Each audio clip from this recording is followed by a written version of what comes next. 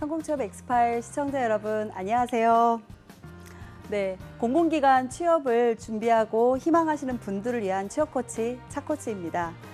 지난번 시간에는 우리 공공기관 상반기에 어떠한 채용 공고들이 있었고 그 공고들에 대한 이슈들이 어떻게 있었는지 알아봤는데요.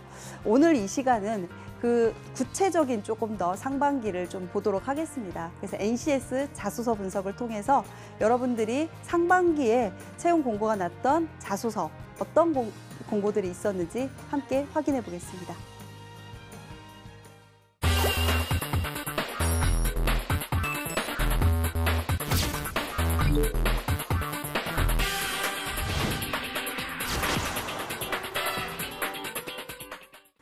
네, 오늘 두 번째 시간이죠. 2018년도 상반기에 공공기관의 채용에 대해서 알아보는 두 번째 여러분들 시간인데요.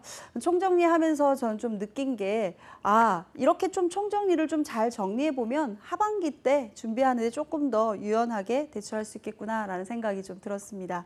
여러분도 그런 생각이 드셨으면 좋겠습니다.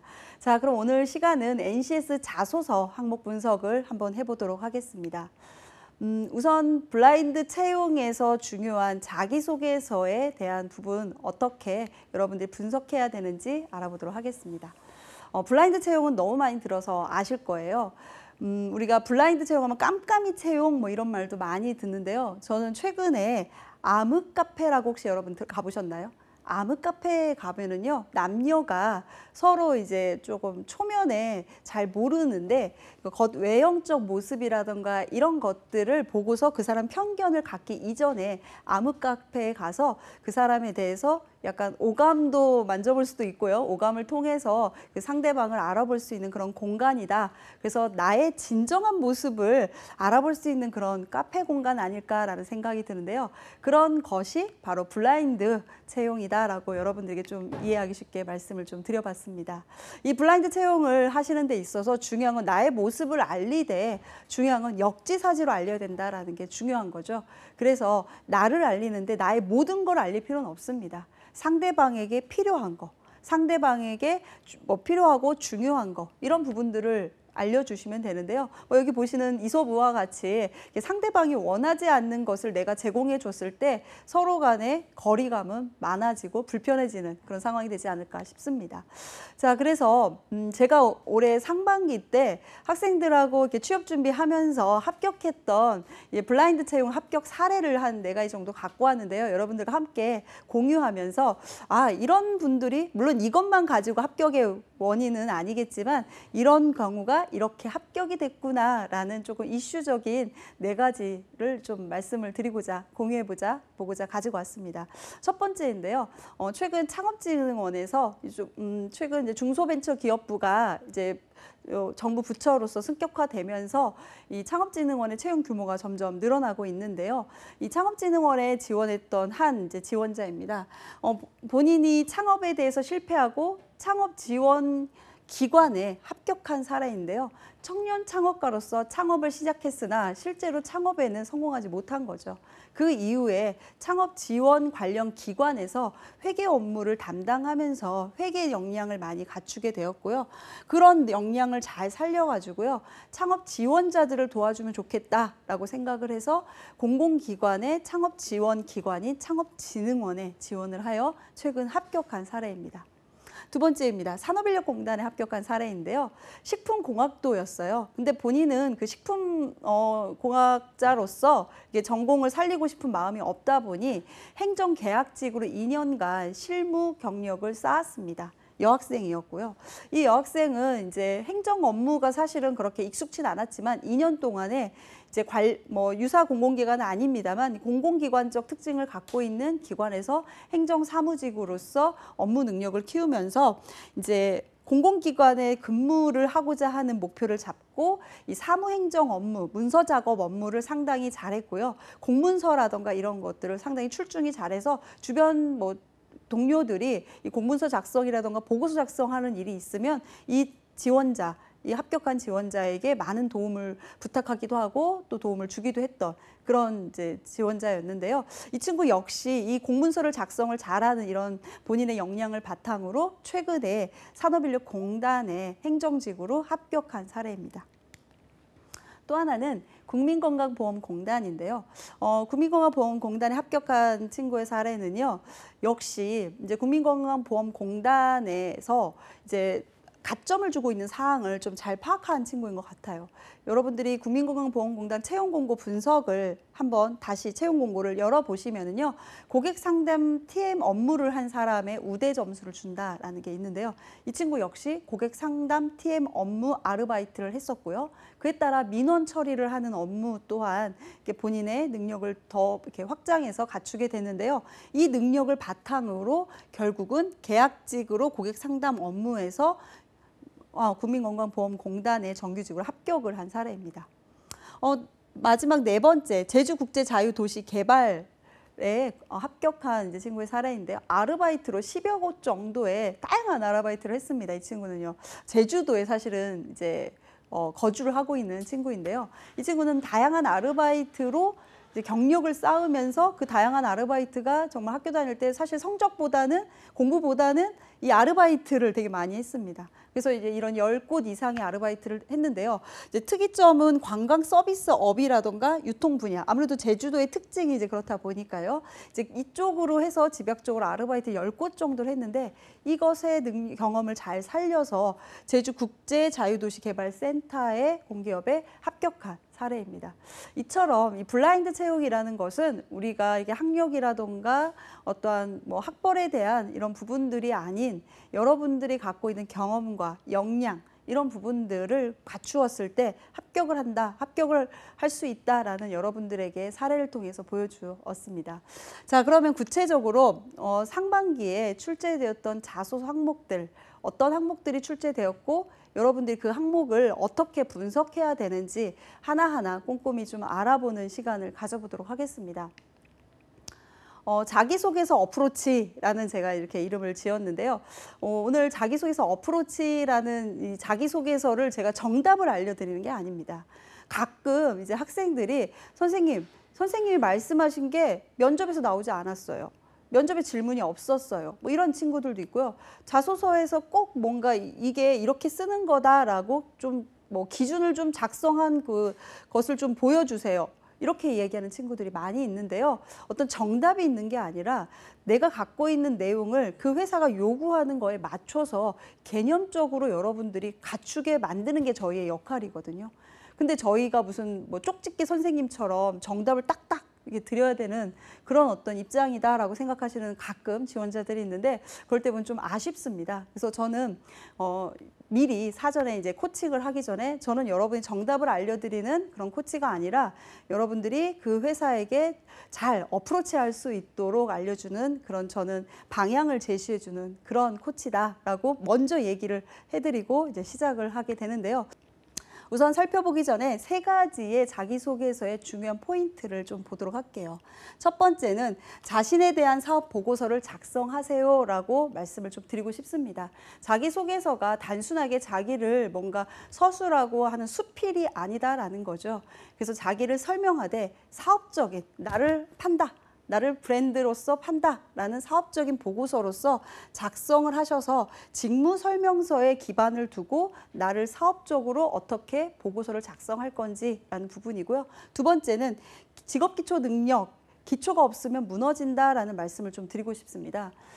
자기소개서 항목의 의도를 이제 다음 시간 조금 있다가 파악을 해드릴 텐데요. 항목의 의도를 하나하나 보시면은 모두가 직업기초 능력에 기반해서 항목들을 만들었구나라는 걸 여러분들이 아시기 때문에 직업기초 능력에 대한 개념이 없으면, 기초가 없으면 이제 전혀 다른 방향으로 작성할 수밖에 없게 되겠죠. 그 다음 이제 질문을 유도하는 전략이 필요하다. 저는 이렇게 말을 합니다. 자기소개서 쓸 때 학생들에게 너가 꼭 질문받고 싶은 게 뭐니? 라고 이제 우선 역으로 물어봅니다. 그러면 그런 질문을 받기 위해서 이 자기소개서 항목에 어떠한 내용이 써지면 그 내용이 질문이 되겠니? 라고 하겠죠. 그래서 질문을 받고 싶은 내용을 자기소개서에서 유도성의 어떤 글을 잘 쓰셔가지고 면접관이 추후에 면접에 여러분들이 이제 가셨을 때 자소서를 보고서 여러분들에게 좀 더 긍정적이고 유리한 질문들이 나올 수 있게 하는 부분을 뽑아봤습니다. 자, 그렇다면 직업기초 능력에 기반해서 자기소개서 항목들은 만들어진다라고 말씀을 드렸는데 직업기초 능력 이렇게 10가지로 제가 정리를 해봤고요. 그 각각의 이 직업기초 능력을 질문으로 이렇게 뽑아봤습니다. 이 뽑아본 질문들 여러분들이 뭐 대략 첫 번째 같은 경우는 자신의 의견이나 생각을 상대방에 정확하게 전달해 본 경험이 있습니까? 라는 질문인데요. 이 질문을 보면 역시 의사소통에 관한 질문이죠. 그렇다면 의사소통이라는 부분이 무엇이고 의사소통에 필요한 요소들은 과연 무엇인지, 예를 들어서 의사소통을 하기 위해서는 문서 작성이라던가 문서를 이해한다던가 경청을 한다던가 자신의 말을 표현한다던가 이런 부분들이 하위 요소로 나눠져 있거든요.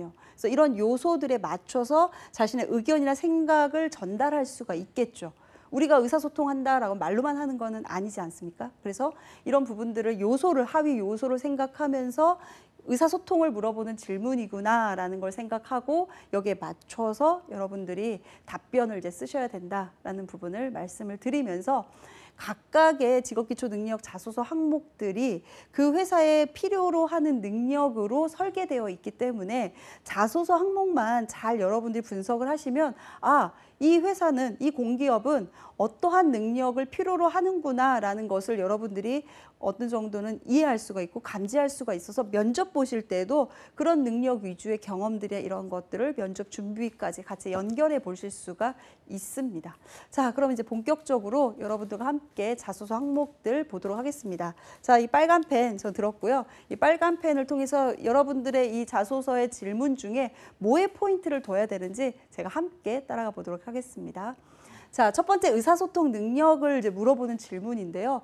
좀 전에 말씀드린 대로 문서 이해, 문서 작성, 경청, 의사 표현 이런 부분들이 뭐 외국어 능력 이런 부분들이 의사소통 능력인데 이 문항을 이제 읽어보시면은 과제 업무 수행 상황에서 구성원들 간에 갈등을 중재하거나 효율적으로 과제 및 업무가 진행될 수 있도록 의사를 발언한 경험이 있습니까? 상황을 설명해 주고 본인이 생각하는 업무 효율성 또는 업무 성과를 높이기 위해 효과적인 의사소통 방법을 기술해 주십시오. 네. 한국가스공사 2018년도 상반기 질문인데요. 읽기도 힘드네요. 네. 이렇게 많은 문장으로 구성되어 있으면 여러분들이 무엇에 포인트를 둬야 될지가 가장 어려워하고 엉뚱한 거에 포인트를 두고 그 내용에 맞춰서 또 쓰고 있다라는 거죠. 여기서 핵심은 의사소통 능력입니다. 그래서 의사소통을 잘할 수 있는 문서나 경청이나 의사 표현, 외국어 뭐 이런 것들을 포함할 수 있는 내용들로 구성을 해야 되는데 이 내용의 포인트 이제 빨간 펜으로 칠했습니다. 중재, 의사 발언한 경험, 업무 효율. 그래서 내가 구성원과의 소통과 협력을 했을 때 하는데 좋은 관계를 형성하면서도 업무 효율과 성과를 내기 위한 의사소통의 과정을 작성하셔야 된다라는 거죠. 그래서 구성원들이 있고 그들과 소통하고 협력하는 업무 가운데 계속 좋은 관계를 유지하면서 업무가 효율화되고 성과를 날 수 있는 그런 사례, 이런 사례가 과연 어떤 게 있었을까라는 부분들을 여러분들이 생각하시면서 이 내용을 작성하셔야 됩니다. 자, 그 다음에 제가 의사소통의 경험을 떠올려 보세요라고 이제 이렇게 하게 되는데요. 의사소통 경험을 떠올려 보려면 생각이 잘 안 나요. 뭔가 누군가 말을 해야 되는 건가? 어디가 문서를 뭐 작성해야 되는 경험이 없는데요. 저는 특별히 아르바이트 중에 그런 게 없는데요. 라고 이제 이렇게 이야기를 막연히 하게 돼서 제가 몇 가지의 여러분들이 경험할 수 있는 것들을 좀 이렇게 나타냈고요. 이 중에 내가 해당한다 하면은 체크리스트에 그래 회의를 진행하면서 상대방을 이해시키거나 설득했던 경험이 있었지. 그러면 이 내용을 바탕으로 앞에 있는 자소서 질문에 답변을 한번 써보자. 그래서 이 내용을 기본으로 해서 여러분들이 작성을 하시면 됩니다. 또는 다른 생각을 가진 사람과 함께 일을 진행하는 경우들이 많죠. 그런 상대방의 그런 것들을 경청하면서 자신의 의사도 어느 정도 이제 정확하게 제시를 하면서 우리 같이 서로 모르는 사람들이지만 모여서 최고의 어떤 효율과 성과를 내기 위해서 경험했던 거. 그래서 좀 모르는 사람들과 만날 수도 있고 회의를 진행하면서 있을 수도 있고요. 업무 보고서, 내가 아르바이트라던가 뭐 기타 등등 이런 업무 보고서나 계약서, 제안서 이런 것들과 관련된 경험을 제시해 볼 수가 있습니다. 자, 이제 두 번째 한번 보겠습니다. 문제 해결 능력. 문제 해결 능력은 말 그대로 사고를 어떻게 구조화시키는지와 문제를 어떻게 파악하고 처리하는지에 대한 부분이죠. 그래서 문제 해결 능력에 대한 질문을 보면은 여러분들이 쭉 이제 읽어보시면 저는 여기서 포인트만 말씀을 드리겠습니다. 자, 바로 문제 상황이 어떤 건지를 정확하게 여러분이 제시해 줘야 되고요.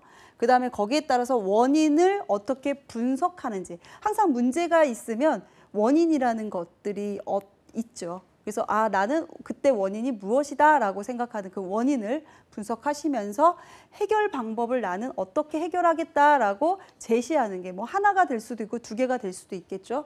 해결 방법을 제시해서 앞으로는 이것들이 다시 재발되지 않도록 예방적 차원에서 어떻게 하겠다라는 것을 이제 나타내 주어야 된다라는 거에서 문제를 먼저 파악하고 거기에 따른 원인과 선택지를 내가 어떻게 잡으면서 결국 판단과 이런 부분들을 어떻게 했다라는 것을 이제 이야기하게 되시는데요. 이제 국민건강보험공단 2018년도 상반기 질문이었고요. 저는 이제 이 내용을 딱 봤을 때 난관에 부딪혔던 상황을 조금 문제라는 건 좀 우리가 편안한 상태에 있지는 않잖아요. 그래서 난관에 부딪힌 상황을 좀 제시해주고 그때 그 난관의 문제가 왜 일어났는지 원인에 대해서 얘기해주면서 그 문제를 좀 해결하고자 하는 조정의 어떤 과정들은 어떻게 과정을 내가 경험했는지 그래서 그 결과 이제 어떠한 결과까지 이루어졌고 앞으로는 이런 일이 생기지 않도록 어떻게 하겠다라는 소감을 제시해주면 좋을 것 같습니다. 역시 여러분들이 이 내용을 이제 이해는 했지만 선생님 또 저 어떻게 써야 될지 모르겠어요. 이 얘기를 또 이제 합니다. 그러면 경험을 떠올려 보세요. 저는 또 이렇게 얘기를 합니다. 그래서 문제 해결 경험을 떠올려 보세요. 문제 해결 경험이 있었던 거, 동아리 하면서 위기 있었던 거 없으세요? 아르바이트 매장에서 매출이 하락했던 거에서 문제를 일으켜가지고 내가 조금 더 해결해 보려고 했던 거 없으세요? 팀 프로젝트 시에 뭔가 갑작스럽게 생긴 뭐 팀원 중에 뭐 갑자기 돌발적인 거라던가 자료를 수집하는 과정 속에서 뭔가 이런 문제들, 그다음에 행사 진행 중에 필요한 어떤 준비 사항들이 급작스럽게 필요한 어떤 상황, 그런 것들은 없으셨나요? 라고 여러분들에게 제시를 해드리면서 선생님 제가 아르바이트 매장에서 매출이 급격히 하락할 때 있었던 경험이 떠오르네요 라고 하면서 체크하시고 이 내용을 자소서 항목에 맞춰서 여러분이 구조화적으로 작성을 하시면 좋겠죠. 자, 이제 다음으로 넘어가겠습니다. 자기개발 능력인데요. 우리가 자기개발 많이 물어보죠. 면접 상황에서도 본인이 앞으로 뭐 입사하여서 자기개발을 어떻게 하겠냐, 아니면 지금까지 자기개발을 어떻게 해왔냐라는 부분인데요. 자기 자신에 대한 관리와 경력 개발에 대한 부분들, 자기 자신을 어떻게 알고 있는지 자인식에 대한 부분들을 이제 표현해 줘야 되는 문제로서요. 질문은 이렇게 나왔죠. 개인적 취미와 여가로 가장 몰입했던 경험 3가지에 대해서 기술해 주세요. 중소기업진흥공단 2018년도 상반기 질문이었습니다. 취미와 여가라는 질문들을 이제 했을 때에는 지원자의 상황에서 이제 성향을 이제 드러내는 그런 질문이죠. 그래서 일상적인 라이프 스타일에서의 어떤 특징이 과연 무엇일까? 그 특징이 지원하는 회사라던가 직무와 조금 더 거리가 있다면 여러분들이 좀 이 질문을 좀 소홀히 여긴다면 그렇게 거리 있게 쓰시면은 탈락될 수가 있습니다. 자기 개발, 그다음에 직무 역량, 사회생활에 도움이 되는, 그래서 사회생활인 건 조직생활이 될 수 있고 직무 역량은 직무에 대한 성과가 될 수 있겠죠. 이런 부분에 어떤 어필을 할 수 있는 취미나 특기를 여러분들이 좀 더 제시하면 좋을 것 같습니다. 이제 오늘은 여러분들에게 어떠한 사례를 이제 말씀을 드리지는 않고요. 다음 시간에 사례를 통해서 여러분들에게 이런 내용은 어떻게 작성해 봅시다라고 이제 하기 때문에 우선은 여기까지만 말씀을 드리면서 이제 이런 취미와 특기가 회사도 기여할 수 있으면 좋을 것 같다라는 말씀을 드리고 싶습니다.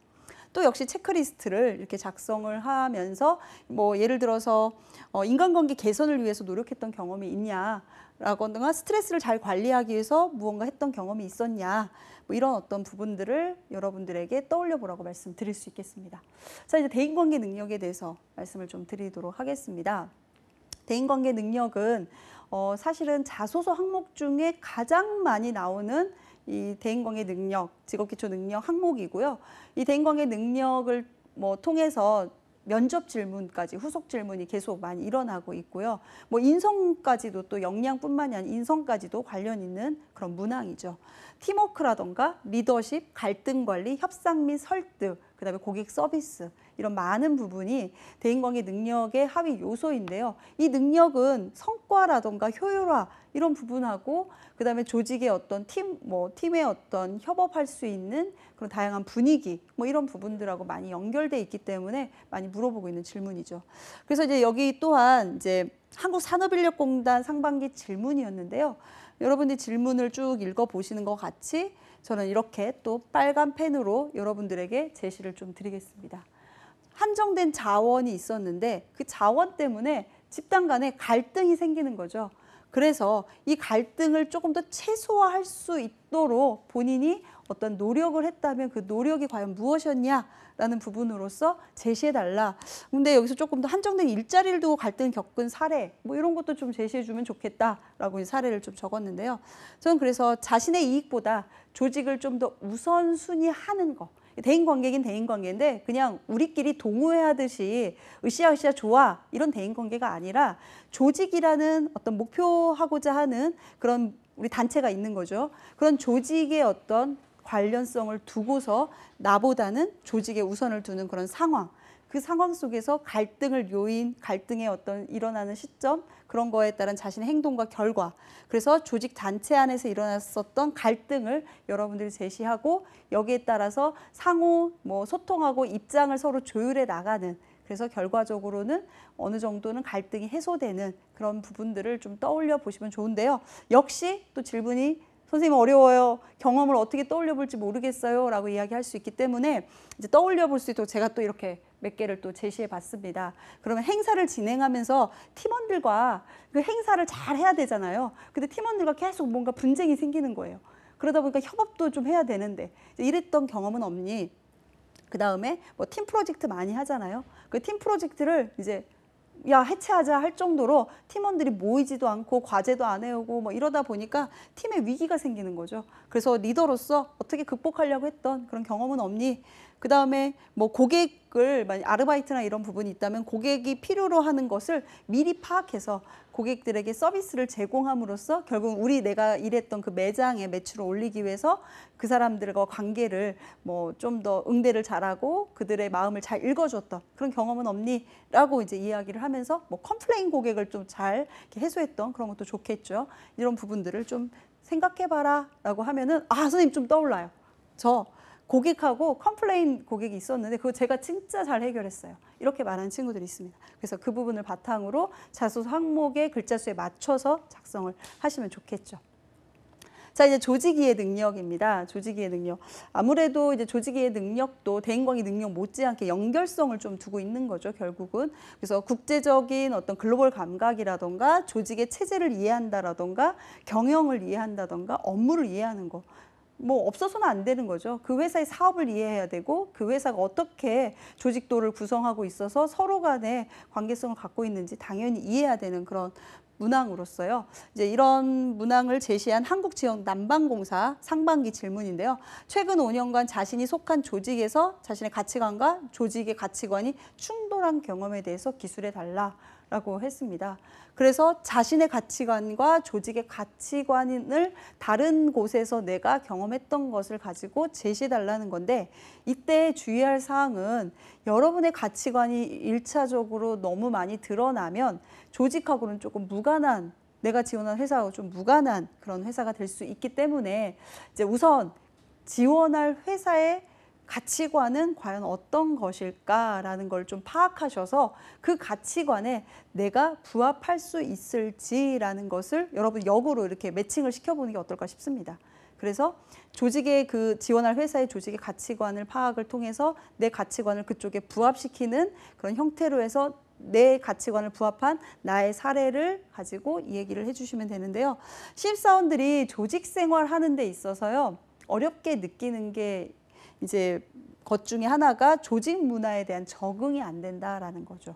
그래서 많이 이제 이직을 하는 경우들이 있고요. 공기업 들어가서도 사실은 이직하는 경우나 퇴사하는 경우들이 많이 있습니다.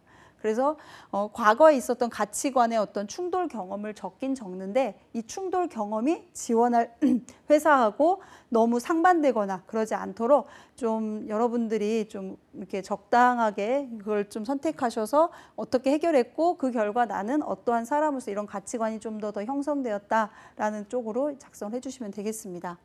그래서 인턴이나 조직 활동 경험 중에 아이디어를 제안했던 어떤 경험을 바탕으로 그 회사는 상당히 아이디어나 이런 것들을 창의적인 것을 되게 좋아하고 진취적인 어떤 부분들을 나도 갖고 있는데 역시 그 회사도 그런 부분에 대해서 긍정적으로 했다라던가 아니면 그런 부분을 좀 저지했다라던가 이런 부분들이 근데 앞으로 지원할 회사가 창의적이고 조금 더 아이디어가 높은 그런 업무라던가 그런 회사라면 그런 내용으로 작성해도 괜찮겠죠. 그다음에 편법이나 유령을 사용하지 않고 주어진 일을 책임감 있게 수행했던 경험은 없었니? 라고 이제 물어봤을 때 이제 아무래도 지원할 회사가 공공기관이고 여러분들이 공기업에 이제 취업을 하다 보니 이제 편법과 이제 요령을 사용하지 않았던 경험 이런 부분들을 이제 제시하면서 이런 게 좀 그 아르바이트 했던 곳이나 이곳과 좀 충돌이 있었는데 이런 것들은 어떻게 해결하면 좋겠다 생각을 하면서 나 역시 이런 편법과 요령은 그래도 계속 유지하면서 잘 지켜나가야 되겠다라고 이렇게 좀 제시를 하면 좋을 것 같습니다. 자, 직업윤리, 능력, 근로윤리, 공동윤리. 이제 공공기관에서 가장 중요시 생각하는 능력 중에 또 하나이죠. 빨간 펜으로 여러분들 또 이렇게 체크를 해보면 원칙 준수와 어떠한 노력을 했는지인 거죠. 그래서 여러분들의 생활 신조가 업무에 있어 기준이 되는 가치관, 역시 또 가치관 문제이고요. 윤리적 판단에 대한 절차와 원칙을 지키고 이를 추진한 과정에서 결과적으로 내가 지키고자 하는 그 원칙이 의미 있는 성과로 갔다라는 부분으로서 여러분의 경험을 좀 떠올려 보면 뭐 원칙 지키려고 했던 거 그래서 항상 규정을 가지고 여러분들이 어떻게 하려고 했는데 그 규정대로 하다 보니 결국은 좀 일은 늦어졌지만 성과는 그래도 이어졌고 업무 효율화가 생겼다던가 추후에 문제가 발생하지 않았다라던가 이런 부분들을 좀 제시해 주면 좋을 것 같습니다. 자, 오늘은 여러분들과 함께 상반기에 이렇게 나왔던 자기소개서에 대해서 이렇게 분석을 좀 해봤습니다. 그래서 각 기관별로 직업기초 능력을 기반으로 해서 자기소개서가 이렇게 내용이 나와 있는데요. 저는 이제 이 자기소개서를 쓰려면 우선은 인생을 좀 더 알아야 된다라는 생각이 들어요. 그래서 취업은 인생 대역전극이다라는 말씀을 좀 드리고 싶어요. 그래서 취업을 하시려면 여러분들에 대해서 잘 분석을 하셔야 되고요. 여러분들이 그런 잘 분석을 하신 것을 그 회사에 어프로치를 잘 시킨다면 인생이 전환되는 거잖아요. 뭐 취준생에서 내가 어느 회사에 신입사원으로 전환되는 대역전극이 생기지 않을까 싶습니다.